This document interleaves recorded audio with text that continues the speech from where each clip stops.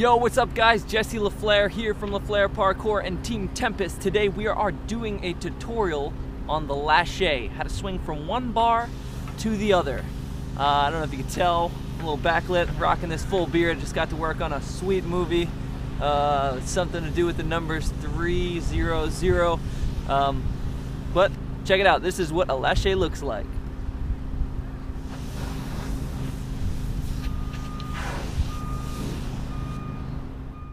So there's three different grip techniques. There's open hand, there's closed hand, which is when your thumb wraps around, also known as gorilla grip, and then there's fingertips. I would say I'd practice all three, see which one you feel most comfortable with. The fingertip one's really not that good for swinging because obviously you don't have as much grip, but it will help if you ever have bad calluses and tears on your hands. Cool? Speaking of calluses, my hands are actually shaved. If you've seen my tutorial on how not to rip, you'd actually understand how that's going to help you from tearing your skin on too many swings. So, if you haven't seen that, I'll put a box right here. Cool, let's move on. So like with any move we do, the stronger we are, the easier it's actually going to be.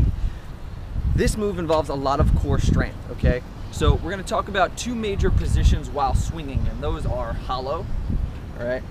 Nice strong body, strong long lines, and then arched, where your body is actually arched back. When you're swinging, just like on a swing set, you're gonna wanna kick forward and then pull back.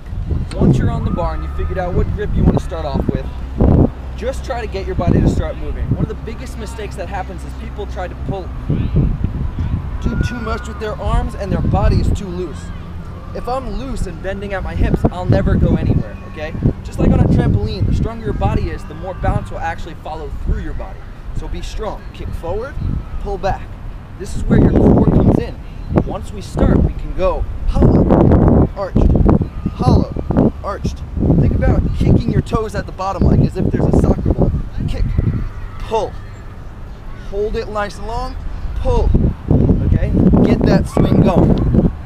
Good. Okay, so you started to swing, you're noticing that your hands are actually starting to get wrenched off. And what happens is, as you grab the bar, you swing, each time your fingers are gonna get further and further down and you potentially will go flying backwards like that. You don't wanna do that, okay? What we're gonna do to help us from doing that, or save us from doing that, is actually do what we call a regrip. And all that is actually taking your hand and just sliding your fingers back over the rail or whatever you're swinging on, okay? You don't need to do this, which I see a lot of people doing, is like they jump up and try to grab it. There's no reason to ever make your hand leave the rail that much just to grab back down onto it, okay? So, regrip, it's gonna save you. All right? Now this is an advanced way to start your swing. It's going to take a little bit of muscle and control. The idea is to pull your legs up with your core, shooting your legs out as far out as you can get them. The longer your body, the more swing that you'll have. So when we do this, make sure that you get that full extension and then ride that extension all the way back, weight at the top, and then kick back down to get that swing going, okay? You're here, you're going to pull the bar up to your chest and then shoot your legs through. So it's here. Nice and long. Okay? Nice and long. Now, not everyone's gonna have access to an incredible bar setup like this where you can actually go from one bar over a distance and grab another bar. Monkey bars are usually too small, things like that. So, you don't have to always go Lache to re-catch Lache. You can actually go Lache precision, Lache to cat, Lache into a stride. I don't know, do what you want. But a cool way to practice throwing the bar, especially if you don't have another bar to catch, is just mark out how far you can get. As you get further, put a line in the dirt or sand or grass or wherever, and then see if you can get past that, landing on your feet. What we're gonna talk about now is how to throw the bar behind you. The most important thing about going forward is making sure that your momentum continues to go forward. And that is gonna happen by throwing the bar. Now, what do I mean? What I'm talking about is as you're on the bar and your body's swinging forward, your legs are getting to that front edge where it's about to pull you or your energy is just about to start coming back down. You wanna go right before that. So everything moves forward, and then throwing the bar is just what it sounds like. Shucking the bar behind you. And what do I mean by that? The bar's not gonna move. The idea is actually to get yourself to move, so that when you throw the bar, your feet go forward and then you chuck it behind you, getting your chest to come forward too. Now, a lot of people think that's it. That's all they need to do is throw the bar, but if you want to go into a really nice lache where your chest is facing back down and you can grab the bar back into another safe swing, you're going to need to do what I call an S hook. And that is just taking your legs and knees and driving them backwards. So you're here, kicking back down. I'll show you one of those right now. Check it out.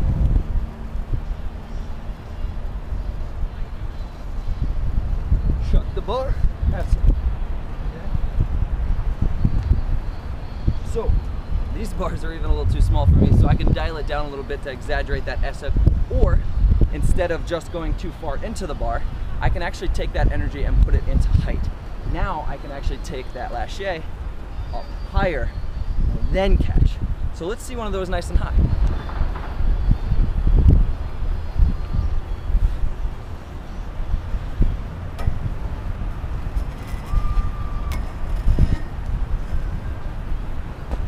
So what you're noticing is while I'm doing this, I'm actually using a split hand technique. What that means is I'm not throwing both hands at the same time, which is completely cool and a lot of people think is better off. When I do it, I like to go split hand, so I'll chuck this one, and then what that does is it allows my chest to open up a little bit and give me a little bit longer extension on how far I can throw that second hand, okay? Two hands here, this is my max. But if I let go of one, now I'm here. Boom, okay? So try both of them, see what works for you, and let's continue on. Now, we have to be careful about how we actually catch the bar. The way that you just saw me do it is by leaving my legs behind me, coming down into a nice gradual swing back out. A lot of people when first starting out on this move will tend to throw themselves past it and land under it. So when they grab the bar, their body is slamming down here. That is one of the biggest reasons people rip on their hands. Because even if your hands are shaved down and you have smooth, no calluses, all of that impact and force of your body weight plus all the energy coming from that swing is going to grip that bar and slide that skin off and want to rip it. So try not to ever just let your body go loose. Even if you land under the bar, you could still grab it in a strong position and absorb it with your arms, okay? But what we want to do is land with our body back behind it.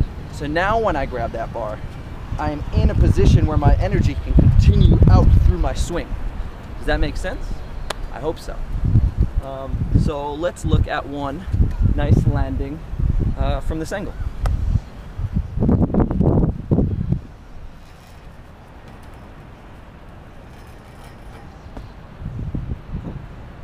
So just to recap, remember to start your swing strong. Choose a grip that best fits you and you're most comfortable with. As you start to swing, do not forget to re-grip.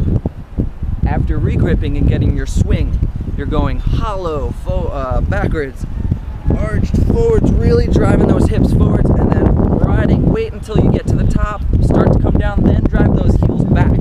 Kick that soccer ball at the bottom, boom, with both feet, and then throw the bar however you see fit.